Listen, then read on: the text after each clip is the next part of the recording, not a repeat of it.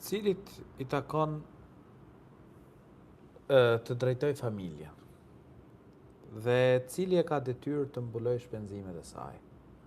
E drejta e drejtimi i familjes është e burrit, sepse Allahu ka caktuar në Kur'an, "Rijalu qawwamuna 'ala nisa", ka thënë burrat janë të parë, janë përgjegjës për gratë. Dhe gjithashtu dhe përgjegjësia e shpenzimit për familjen, për mbajtjen e familjes i përket burrit.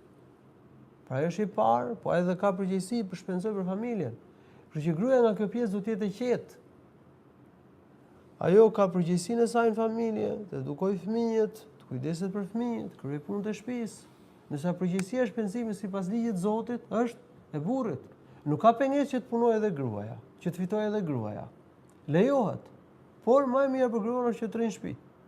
Dhe detyrë nuk e ka gruaja që të mbulojë shpenzimet familjare. Detyrë e ka burri, kështu ka caktuar Allahu në Kur'an.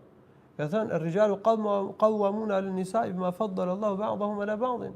Burrat janë përgjegjës, janë të parë për gratë në familje.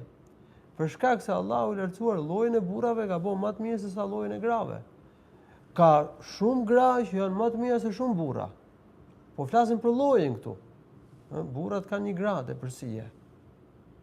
Dhe për shkak se burra shpenzojnë, domethënë shpenzojnë për gratë, mbulojnë shpenzimet familjare. Allahu i lartësuar ka caktuar këtë detyrë burrit.